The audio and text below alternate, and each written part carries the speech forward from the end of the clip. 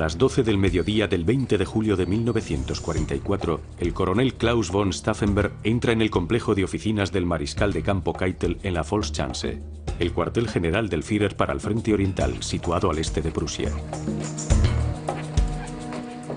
Tiene programado reunirse con Hitler para informarle sobre la disposición del Ejército Nacional.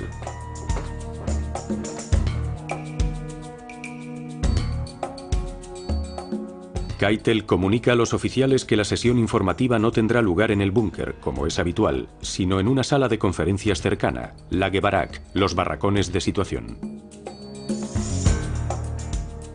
Keitel les indica a los oficiales que lo acompañen, pero Stauffenberg se detiene y pregunta si se puede cambiar la camisa.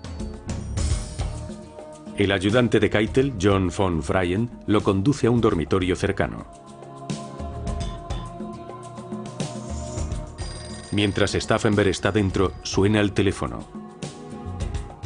Es el general Feldgiebel, jefe de comunicaciones. Stauffenberg dice que le devolverá la llamada lo antes posible. Keitel se impacienta. Stauffenberg sale por fin y los oficiales continúan el camino hacia la sala de conferencias, situada al otro lado de la zona de seguridad interna. A las 12:35, Stauffenberg entra en la sala de conferencias. Exactamente 7 minutos después, sucede lo inesperado. Así comienza uno de los capítulos más asombrosos de la historia de la Segunda Guerra Mundial. Un intento de asesinato del Führer por un grupo de altos mandos del ejército en el apogeo del poder militar alemán. Este es el testimonio histórico nunca antes contado de la Operación Valquiria.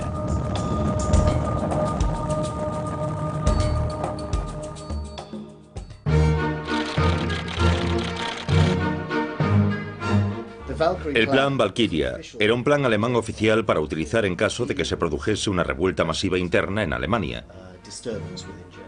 Ya fuese un levantamiento de obreros extranjeros o un bombardeo aéreo especialmente concentrado que causase estragos en los servicios locales.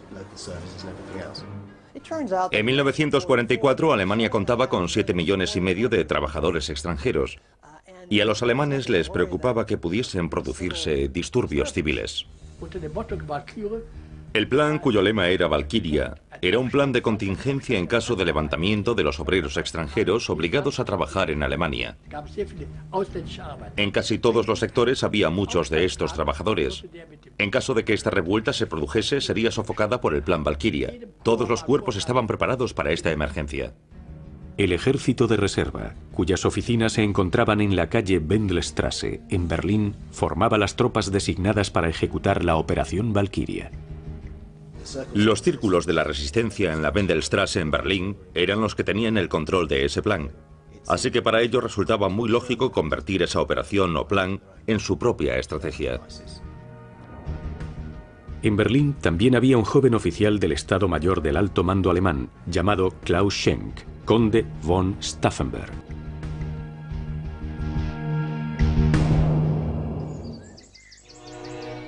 La familia von Stauffenberg era una de las más aristocráticas, antiguas y distinguidas del sur de Alemania. Tanto el padre de Klaus, Alfred, como su madre, Caroline, eran aristócratas de alto rango.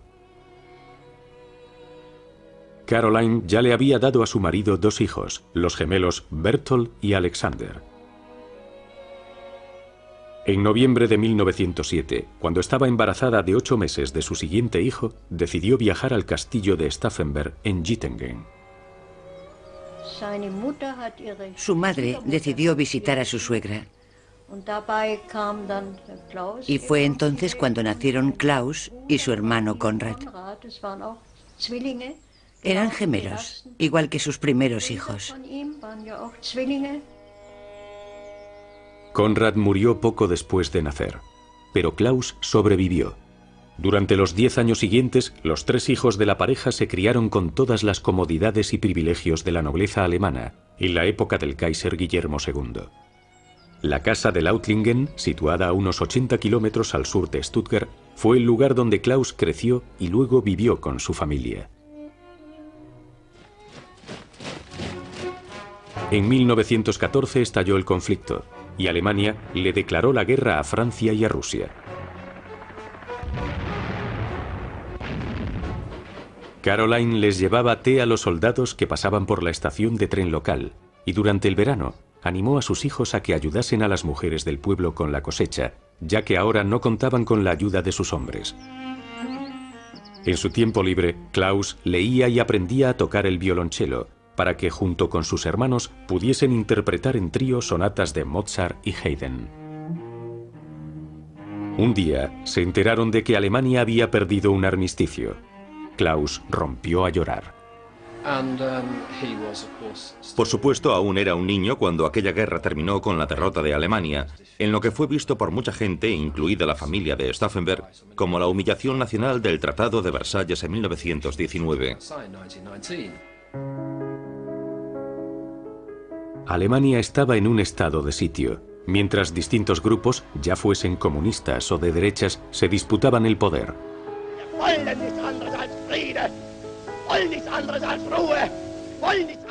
Aquella confusión preparó el terreno para la instauración de la dictadura de Adolf Hitler.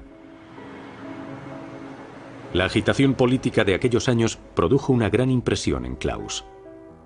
Se propuso convertirse en oficial, ya que creía que el cuerpo de oficiales siempre había sido una poderosa fuerza estabilizadora en la vida alemana. En 1926 se unió al regimiento ligado por tradición a la familia, el 17º Regimiento de Caballería en Bamberg.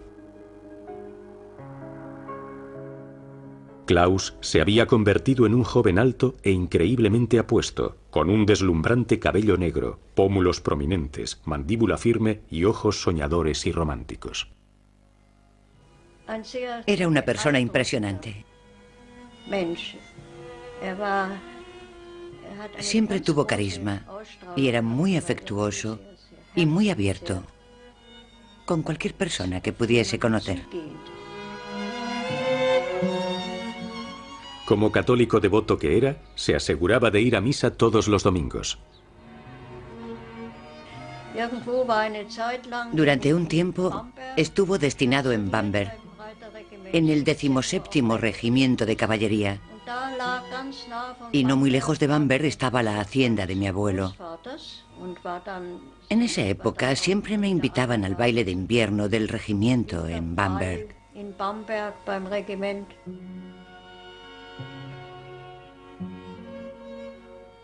Un día conoció a una preciosa joven de 16 años, de nombre Nina, que asistía a un internado femenino de la zona. En 1930, cuando hubo ascendido a subteniente, Klaus le propuso matrimonio a Nina, aunque solo tenía 23 años. El 26 de septiembre de 1933, 8 meses después de que Hitler se alzase como canciller, Nina y Klaus contrajeron matrimonio en la iglesia de St. James en Bamberg. Klaus se casó de uniforme y con el casco de acero. Casarse es un acto de servicio, le explicó a Nina. En 1936, Klaus se presentó a los exámenes para ingresar en la prestigiosa Academia de la Guerra de Berlín. Berthold von Stauffenberg también se había mudado a Berlín con su nueva mujer, Mika. Su primo, el conde César von Hoffacker, también vivía en Berlín, en la calle Kaiser Wilhelmstrasse. Mi padre era primo directo del conde Klaus von Stauffenberg. Mi abuela y la madre de Klaus eran hermanas, por lo que había una relación muy cercana. Y creo que eso, definitivamente, tuvo algo que ver con el hecho de que mi padre acabase en la resistencia.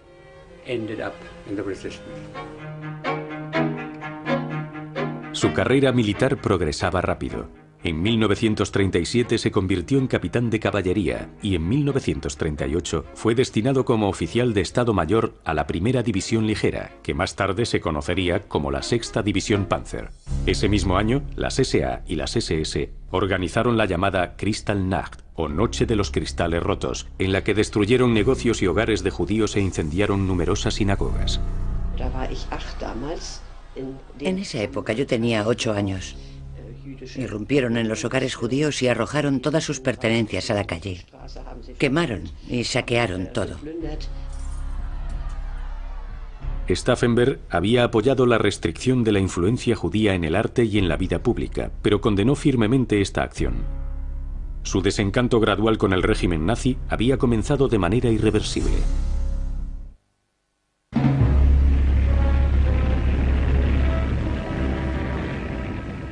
Stauffenberg servía como intendente de la primera división ligera cuando Hitler decidió invadir Polonia en septiembre de 1939. Cuando en noviembre de 1939 intentaron convencerlo para ayudar a derrocar a Hitler, él respondió: todavía no estoy preparado. ¿Qué significaba aquello?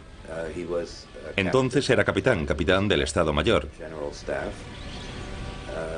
¿Cuántas oportunidades de oponerse a un dictador y comandante en jefe se le presentan a un capitán? Los ideales de Stauffenberg le decían que el ejército estaba allí para defender y respaldar a Alemania. Y por lo tanto era un miembro muy leal del ejército que invadió Polonia en 1939. Ahora Alemania estaba en guerra. Este era el régimen que gobernaba Alemania, y yo creo que él pensaba que hasta cierto punto Alemania se había visto obligada a entrar en guerra, que no había sido solo cuestión de la excéntrica política exterior de Hitler.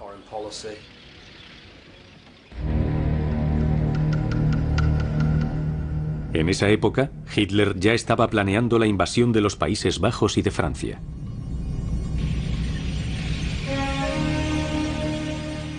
El 10 de mayo, Stauffenberg estaba con la 6ª División Panzer cuando sus tanques entraron en Luxemburgo y Bélgica, encabezando así las 6 divisiones acorazadas que cruzaron el río Mosa y atravesaron Francia.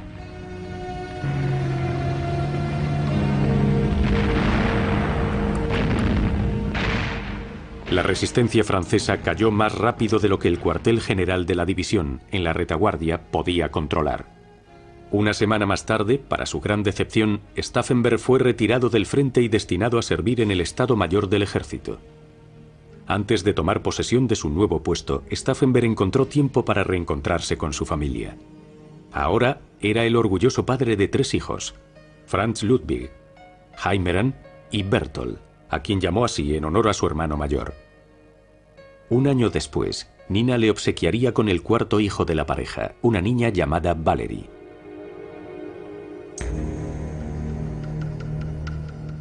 Desde su posición en el Estado Mayor del Ejército, Stauffenberg fue testigo de la invasión de la Unión Soviética.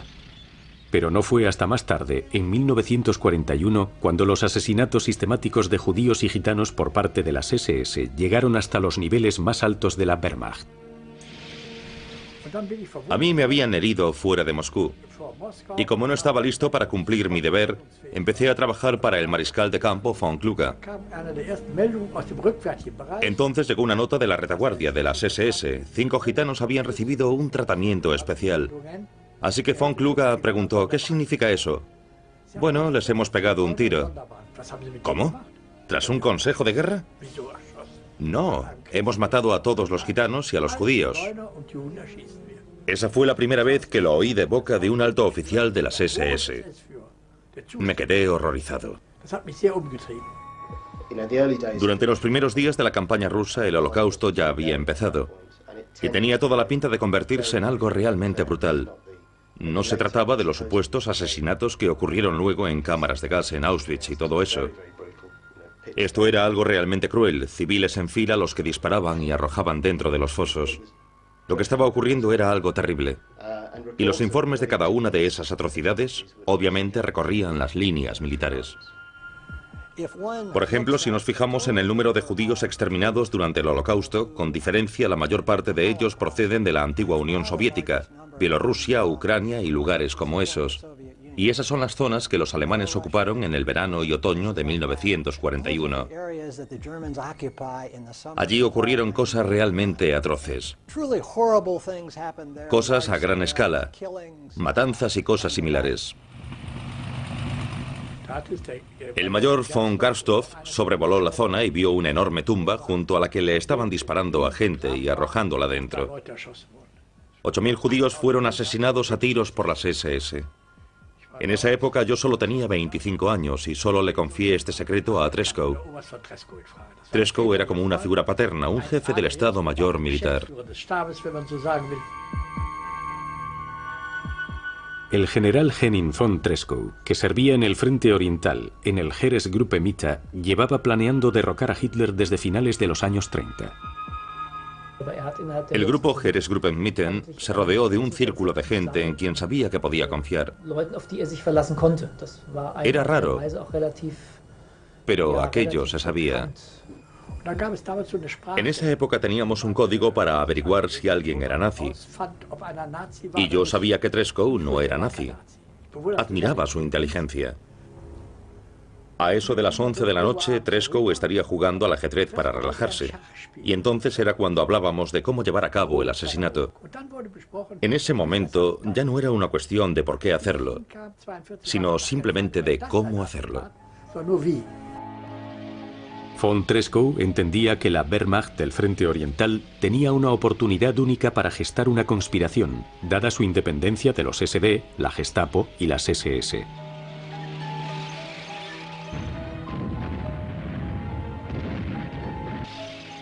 En julio de 1941, von Treschow recibió la visita de un oficial del Estado Mayor, Stauffenberg. El joven militar estaba de acuerdo con Treschow en que Hitler era un peligro, pero todavía no estaba preparado para unirse a la conspiración. No sería hasta el verano y otoño de 1942, durante una de sus misiones de reconocimiento en Ucrania, cuando Stauffenberg se convenció de que el Frente Oriental podría mantenerse. Pero en ese mismo año, Stauffenberg recibió los primeros informes sobre los genocidios de judíos rusos por parte de las fuerzas especiales de las SS, conocidos como los Einsatztruppen. Se enteró de todo aquello. Se quedó perplejo y horrorizado de que lo estuviesen haciendo en nombre de Alemania. Y en efecto creo que en ese momento fue cuando realmente se convirtió a la causa. Al ser educado como católico, siempre hay una autoridad mayor que tu Führer. Entonces ocurrió todo aquello y pasó de ser un leal miembro del cuerpo de oficiales a convertirse en un rebelde. Puso en marcha una campaña individual para convencer a los comandantes del Frente Oriental de que intentasen enfrentarse a Hitler y arrebatarle el poder. Ese invierno de 1942, el ejército alemán se detuvo ante las puertas de Stalingrado. Aun cuando el sexto ejército, a las órdenes del general von Paulus, se enfrentaba a una derrota, Hitler se negó a autorizar la retirada. Mi único hermano estaba en Stalingrado. Así que mi marido siempre nos contaba las últimas señales de radio del ejército sitiado de Paulus, el cuartel general de Hitler en el este. Siempre nos lo contaba a mí y a mi madre, y era horrible. Mi hermano desapareció, nunca volvió a casa. Un ejército al completo fue sacrificado, simplemente por una cuestión de prestigio.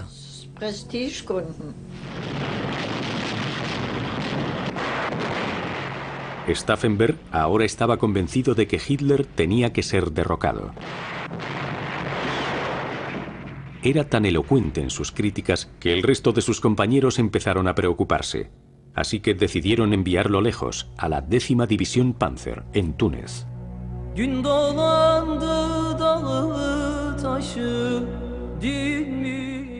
En Libia y Túnez, las victorias del afamado Afrika Korps, capitaneado por Erwin Rommel, habían sufrido un revés. Los estadounidenses habían llegado al norte de África durante la Operación Torch.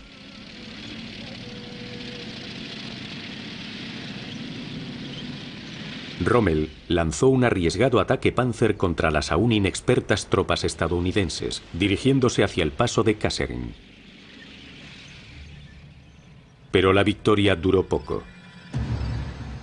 Los alemanes iniciaron la retirada. El 7 de abril, Stauffenberg intentó conducir a su columna a través del estrecho paso de El Hafai. pero los cazabombarderos lo alcanzaron.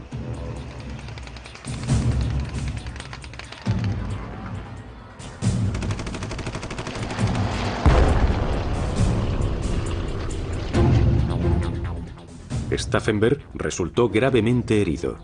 Fue trasladado a un hospital de campo en Sfax, donde perdió la mano derecha, 2 dedos de la izquierda y el ojo izquierdo.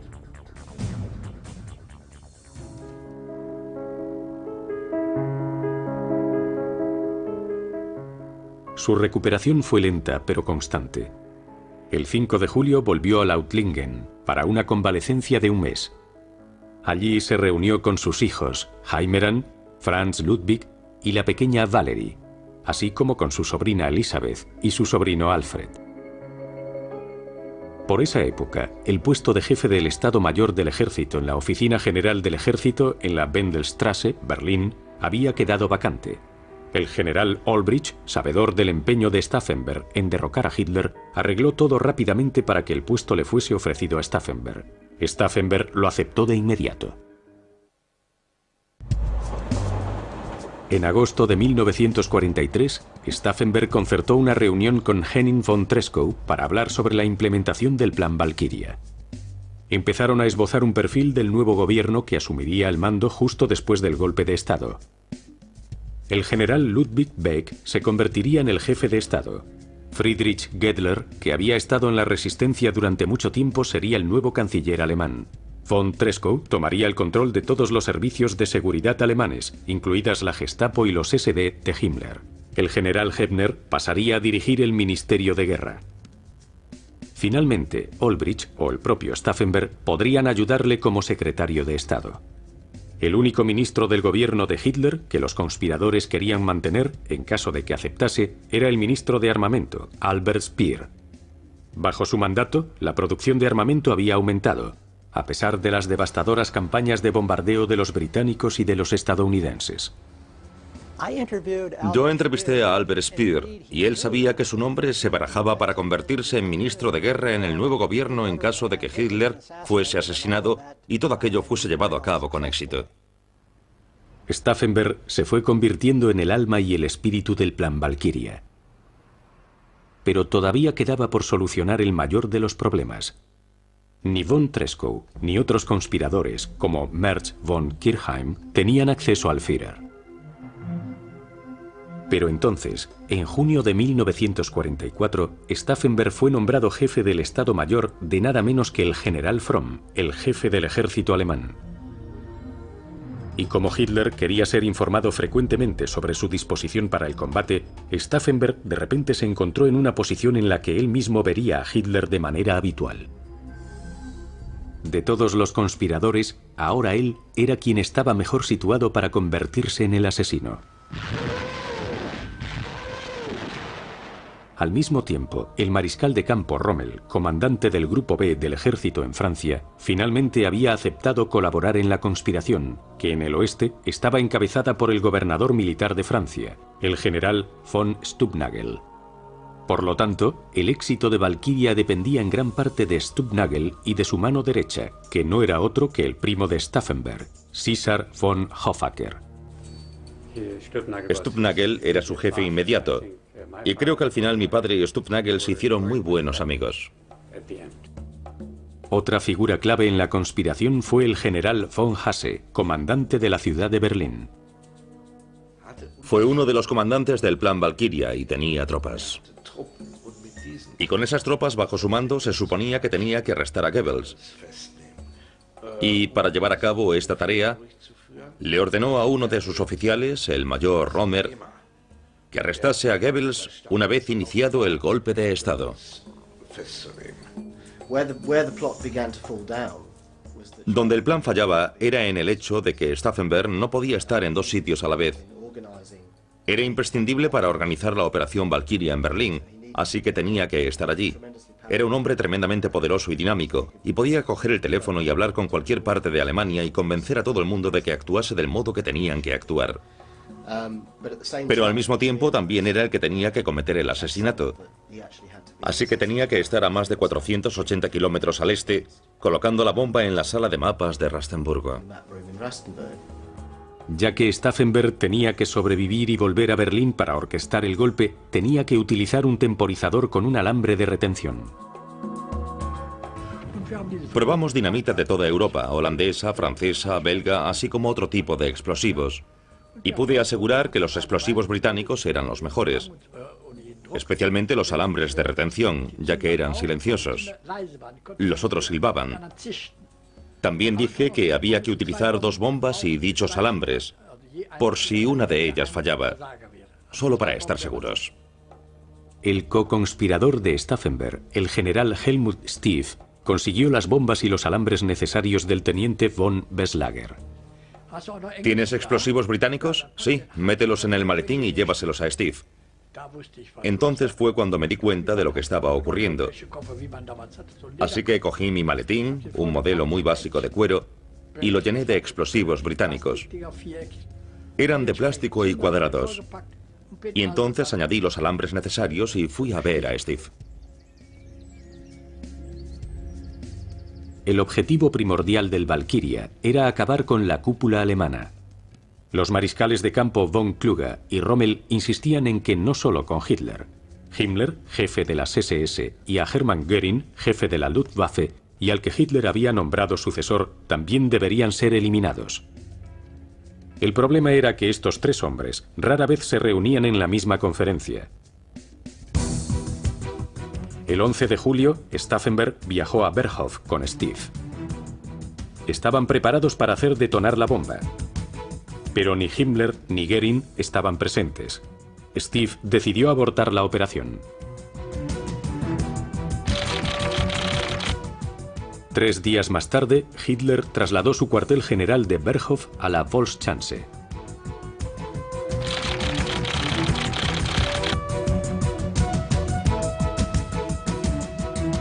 Construida en 1941 para preparar la Operación Barbarroja, la Volkschanze había sido ampliada hasta crear un amplio complejo que comprendía 3 anillos de seguridad. El primer complejo, conocido como la Zona de Seguridad número 2, contenía barracones e instalaciones para el personal e invitados, un centro de comunicación y un comedor de oficiales conocido como Casino 2.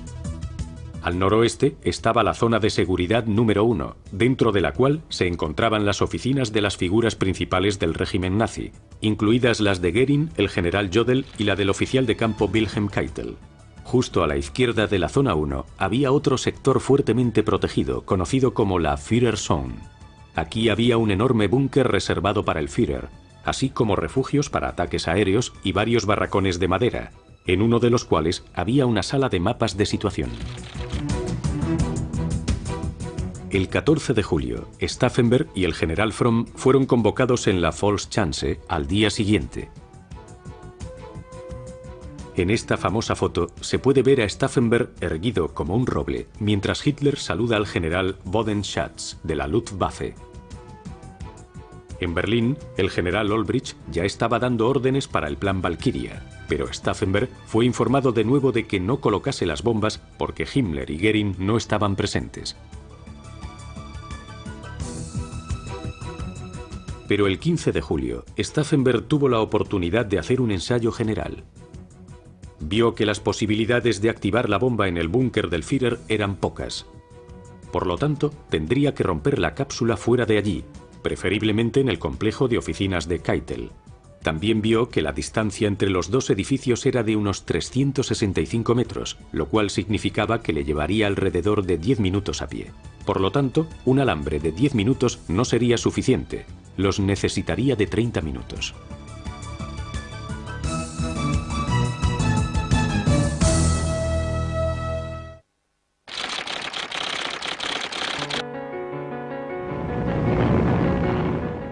En la mañana del 20 de julio de 1944, el Heinkel 111 que transportaba a Stauffenberg y a von Haaften llega a Rastenburgo, el pequeño aeropuerto que presta servicio a la Volkschanze.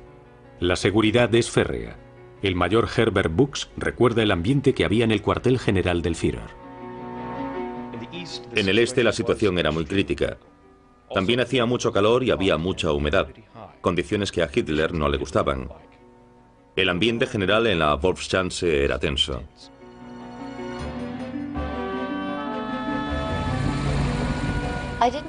No sabía que mi marido intentaría cometer el asesinato. Me dijo que en caso de que fracasase no debería serle leal. Lo más importante era que uno de nosotros sobreviviese para cuidar de los niños.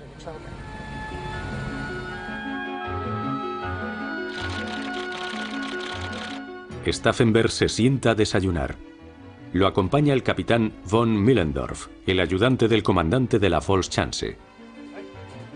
Poco después de las 11, acompañado por von Haften, Stauffenberg se dirige a la oficina de Wilhelm Keitel para preparar la presentación ante el Führer.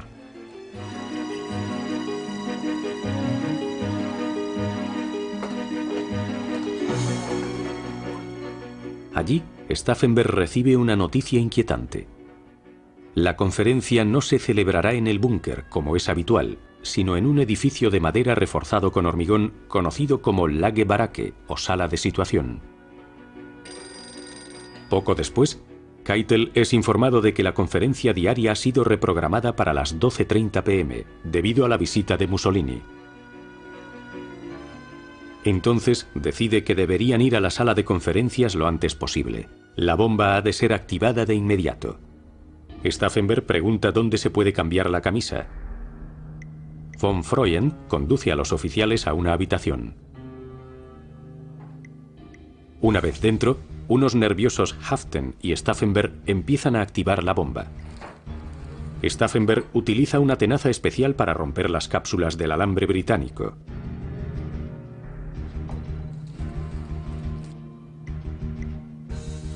Luego, Haften lo inserta en la bomba. En ese momento, Voss intenta abrir la puerta para decirle a Stauffenberg que lo llaman por teléfono.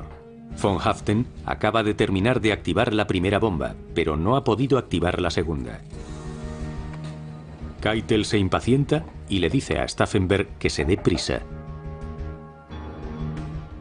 Se han quedado sin tiempo. Una sola bomba deberá ser suficiente.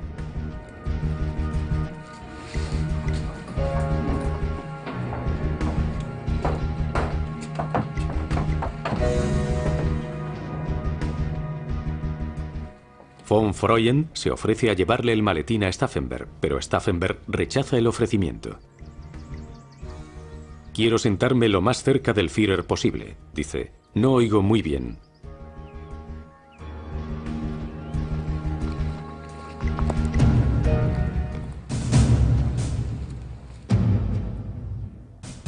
Cuando llegan a la sala de conferencias, Hitler está escuchando el informe del general Adolf Heusinger, amigo de Treschow, y el único general en la sala que está al corriente de que se está urdiendo un plan para matar a Hitler.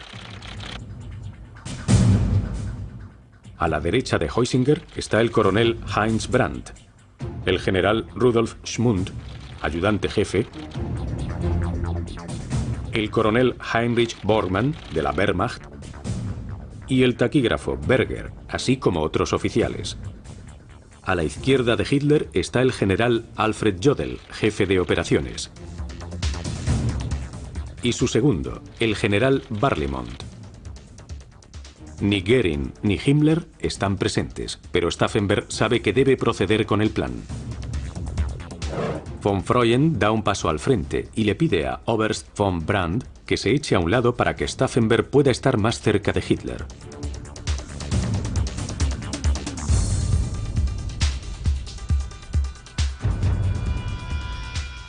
Con la bomba ya colocada, Stauffenberg le dice a von Freuen que tiene que hacer una llamada y se va. Por desgracia, Brandt vuelve a su posición anterior. Una vez fuera del edificio, Stauffenberg se apresura a salir de la zona del Führer y se dirige al edificio de los ayudantes, donde sabe que lo está esperando el general Feldgiebel.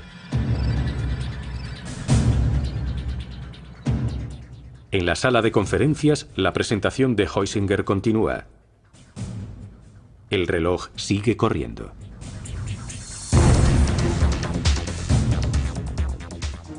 Cristales y astillas de madera salieron volando por los aires. La gran mesa en la que estaban extendidos todos los mapas de situación se vino abajo. Después de unos segundos de silencio escuché una voz que decía: ¿Dónde está el Führer?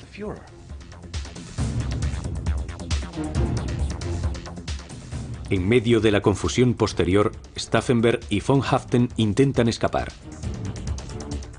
Al pasar junto a los barracones de situación, Stauffenberg ve un cadáver cubierto con la gabardina de Hitler, al que transportan en una camilla.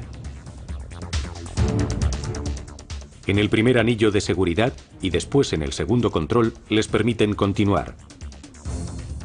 Pero para entonces, el comandante de la Volkschanze ordena el cierre total. En el último control hacen parar a Stauffenberg. Él mismo decide llamar al comandante.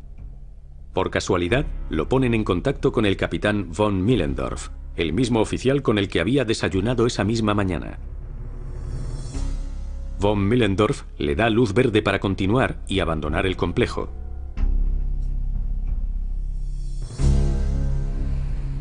De camino al aeropuerto, von Haften abre su maletín y arroja la segunda bomba al bosque. Su Heinkel despega a la 1:15 p.m.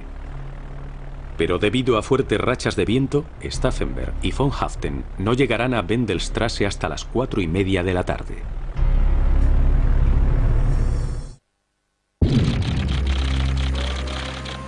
Mientras tanto, en la Volkschanze, Feldgiebel se da cuenta de que algo va mal.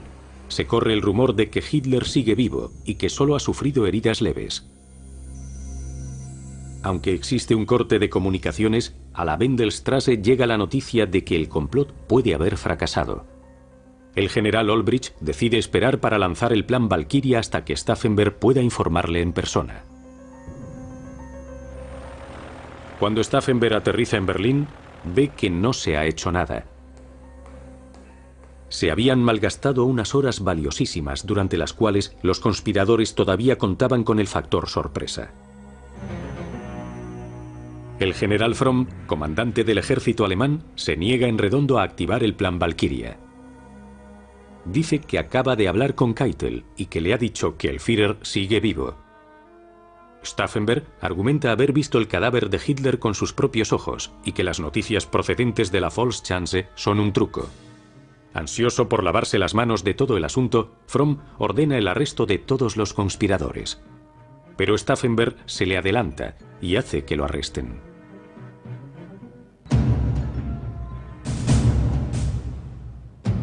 Junto con Olbricht y Merz von Kirchheim, Stauffenberg empieza a emitir frenéticamente órdenes por telex a las distintas unidades del ejército, apremiándolos a situarse en las posiciones que les habían sido asignadas. Afortunadamente, en París, todo va según el plan.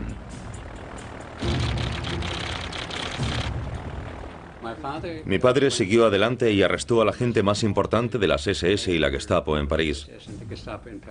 Luego tenían un problema que solucionar, ya que el mariscal de campo Kluge, el jefe militar en Francia, estaba al corriente de la resistencia, pero todavía no había decidido por completo si se uniría a ella. Y ahí viene la famosa frase de Kluge que se cita tan a menudo: caballeros, mientras el cerdo siga vivo, no puedo. Kluge se suicidó justo 4 semanas después de aquello. Así que mi padre y Studenager volvieron a París y tuvieron que abrir las puertas de la cárcel.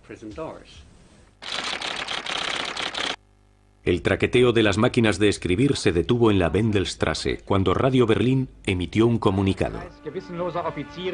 Se ha producido un atentado contra la vida del Führer, pero Hitler está vivo y hablará en la radio muy pronto.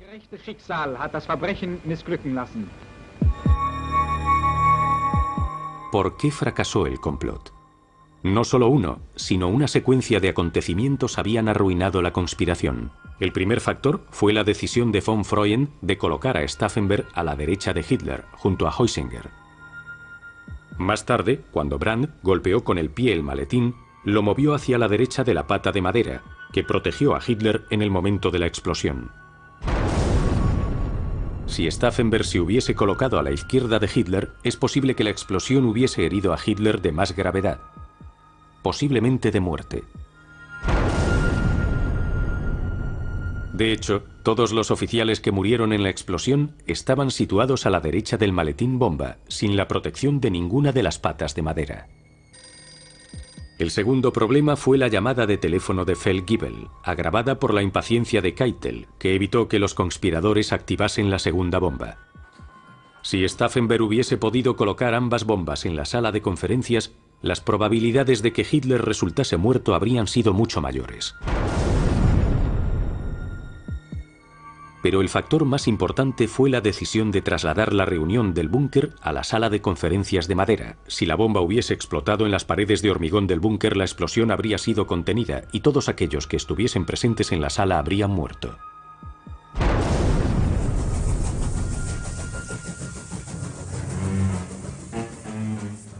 Hitler estaba convencido de que lo había salvado la providencia.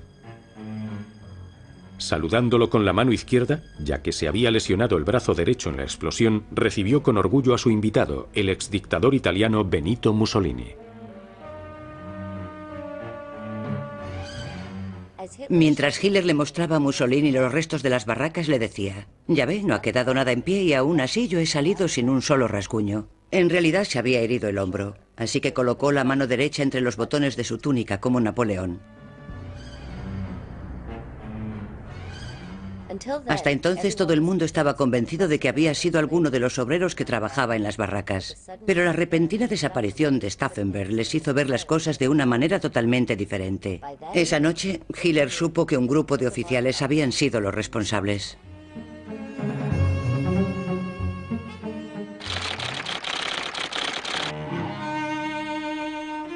Mientras tanto, en Berlín había comenzado el acto final.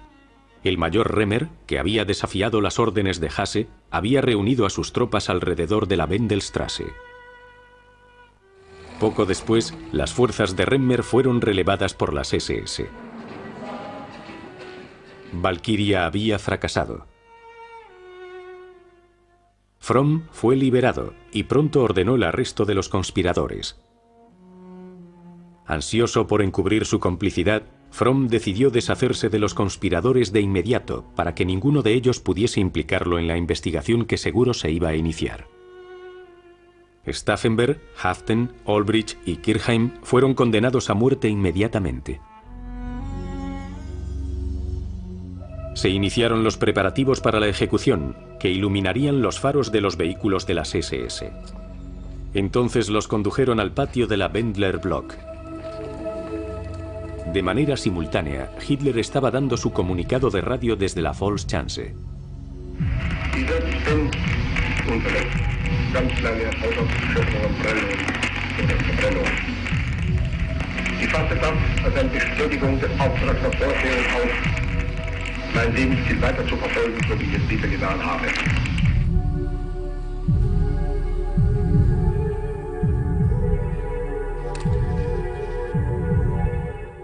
¡Larga vida a nuestra sagrada Alemania!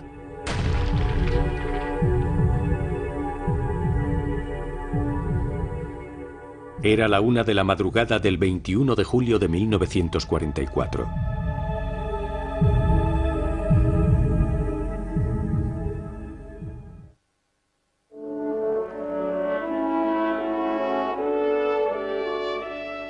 Al final, el destino había sido piadoso con Klaus von Stauffenberg. Muchos otros oficiales de alto rango no tuvieron tanta suerte. El atentado convenció a Hitler de que no podía confiar en la cúpula de la Wehrmacht. Hizo una purga en el cuerpo de oficiales y utilizó el shock del ataque para reunir en el Reichstag a todos los miembros supervivientes de la antigua oposición. Al mismo tiempo, aquellos oficiales que habían resultado heridos o muertos por la bomba eran aclamados como héroes. Hitler acudió personalmente al hospital de Rastenburgo para presentarle sus respetos a los oficiales heridos en la explosión.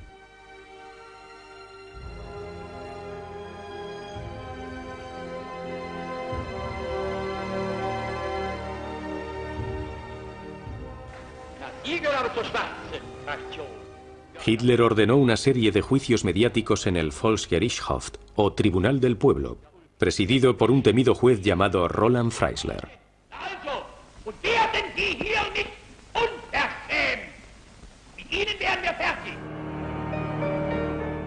Incluso oficiales de alto rango, como el mariscal de campo von Witzleben, fueron obligados a vestirse con ropa andrajosa y nada favorecedora para despojarlos así de su antigua dignidad. Mi marido fue ejecutado ese mismo día. Le permitieron escribir una primera y última carta de despedida, y eso fue lo que hizo. Luego escribió una segunda carta porque decía que todavía le quedaban 5 minutos. Y no sé si te llegará la primera carta, decía.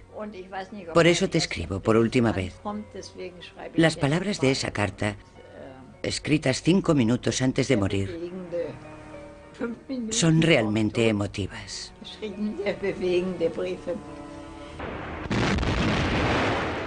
Y la guerra continuó. Seguiría durante otros 10 meses, en los cuales millones de personas perderían la vida.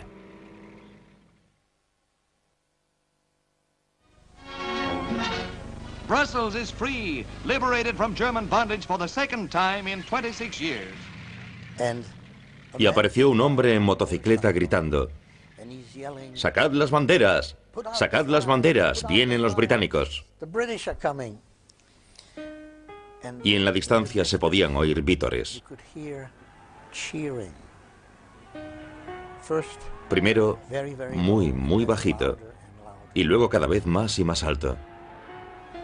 Y entonces supimos que éramos libres.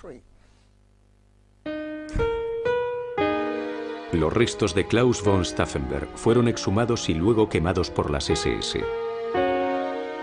El lugar donde reposan actualmente sus cenizas se desconoce hasta el día de hoy.